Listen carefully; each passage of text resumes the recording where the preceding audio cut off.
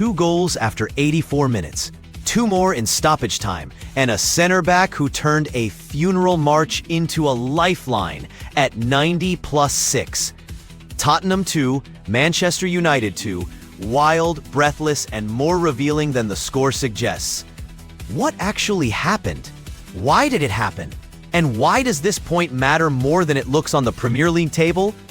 United arrived at a sprint, left on a gasp, and learned lessons that can travel beyond one chaotic night in North London.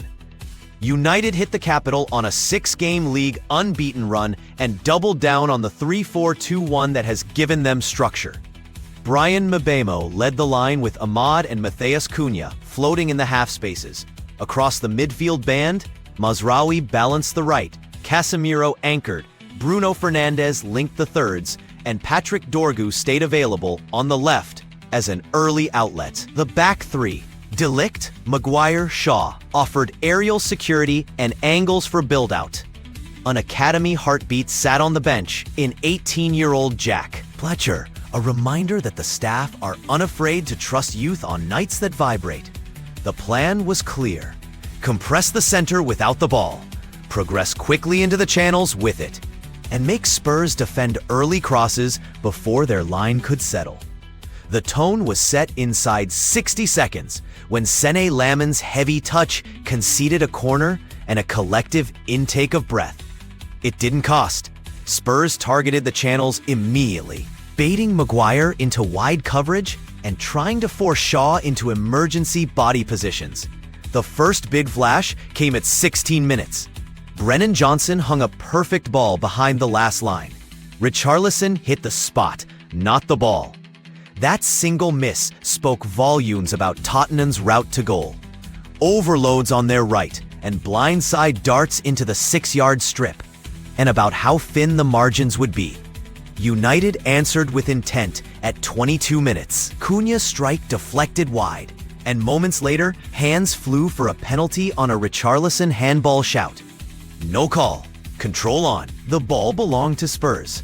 Control of jeopardy felt even. The opener distilled United's attacking thesis into 10 seconds. At 31 seconds, Amad carved half a yard, looked up once, and released early. Not a deep floaty cross, a quick, teasing ball fired into the near corridor before Tottenham's block could reset. Mbeumo ghosted into that blindside seam, attacked the bounce, and tucked a header past the keeper. One look, one finish, 1-0. This is the Mbeumo profile United have leaned into.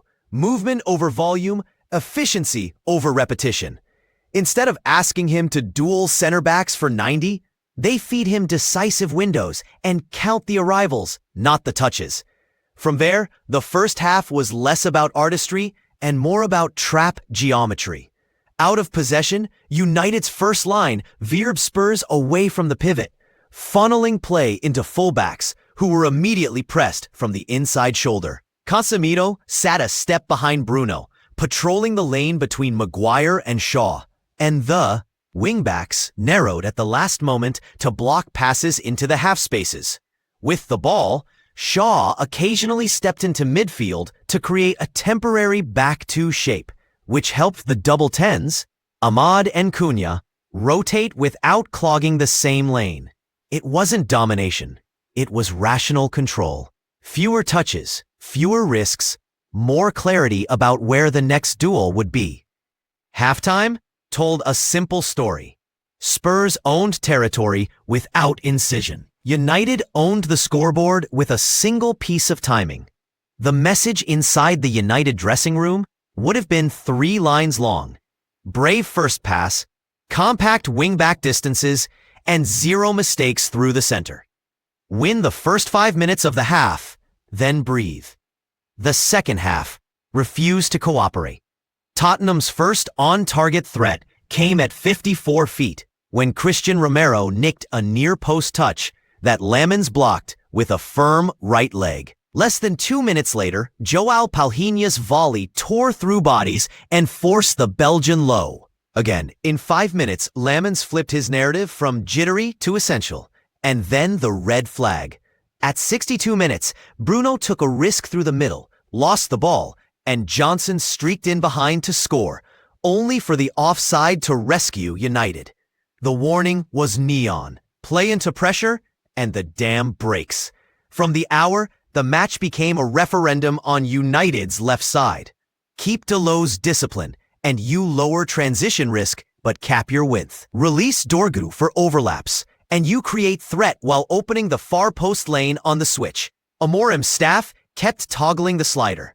Up front, Rasmus Højlund's job wasn't to rack up touches, but to exert gravity, pin the center backs, hold the line, and make room for Rashford's outside-in runs whenever United escaped. Ahmad tucked into central zones to form a loose square with Bruno, trying to steal a free man between Spurs lines. The idea? Carry less, pass earlier, and arrive with numbers rather than dueling with them. Chaos rolled in on a drumline. At 84th, Destiny Udogie cut a low ball across the box. Mathis Tel spun to Ligt with a fast pivot and slammed level. The stadium surged, and compact United began to look passive United. By 90+1, a long-range hit glanced Richarlison and wrong-footed Lammens for 2-1. For the fifth time running against this opponent, the script threatened to read the same. Late Spurs, limp United, too little, too late. And then the air changed. United found a late restart, stayed organized for the second phase as the first ball was half cleared, and hung across into the 6. Not pretty, not polished. Deliberate. De Ligt stormed the 6-yard space like a center forward, attacked daylight rather than bodies, and smashed the header home at 90+6. That's not just aerial power, that's timing, arriving half a beat before a defender decides who owns the zone. 2-2. Panic denied. Pulse restored. Peel the 2-2 back, and 3 mechanics sit at the core. First, early cross timing versus settled blocks. United's opener exists because the delivery came before Spurs could layer cover across the near post. Delay by 1 touch, and that lane shuts.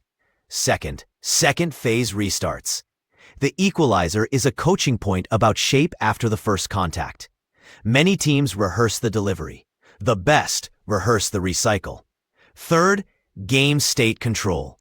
When Spurs tilted the pitch, United didn't flood it with chaos. They stayed in a mid-block, protected central lanes, entrusted a late moment rather than chasing 1 and conceding 2. Individuals etched the night. Lammens' first minute was a warning. His next 60 turned the warning into a platform with 2 saves that kept the whole script flexible. Mbeumo's finish amplified a season theme. He is most dangerous when he's asked to solve moments, not marathons. De Ligt's equalizer wasn't merely a point. It was a message about leadership through action, when the structure phrase, "Go and own the most valuable square of grass in the stadium." Bruno's evening was split. Constant ambition, 1 catastrophic turnover. The lesson is selection. Read the temperature, pick the passes that fit it. And Ahmad reminded everyone that delivery doesn't have to be deep to be deadly. Earlier crosses carry uncertainty, and uncertainty is the hardest thing to defend. The subplot that refuses to leave the frame is the left flank. United looks safer when the wingback stays honest, but narrower in the final third. They look more likely to score when the wingback flies, but more likely to concede the blindside run when the ball flips. Solving that equation, via personnel, staggering the back 3, or adding a left-footed organizer to control exits, will decide how many tight away nights convert into wins. Every title-level side finds a way to create width without bleeding transitions. United are somewhere in the middle of that journey. So why does a draw matter? Because it interrupts a story that was writing itself.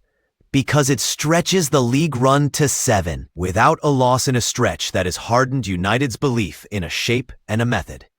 Because it turns a "here we go again" into an "actually not today." Points are arithmetic. Belief is compound interest. United left London with the ladder in their pocket. The schedule pauses for the November FIFA window, then drops Everton at Old Trafford on 25-11. 2 days before that, Spurs confront a different temperature away to Arsenal. For United, the homework is obvious. Bottle the last-minute resilience, reduce the left-side volatility, and build a first half that doesn't require oxygen in stoppage time. A late equalizer doesn't crown a season, but it can bend one. The loudest test is whether this breathless escape becomes a habit of taking control 10 minutes earlier. If the answer is yes, this will read as a hinge night, not a lucky one.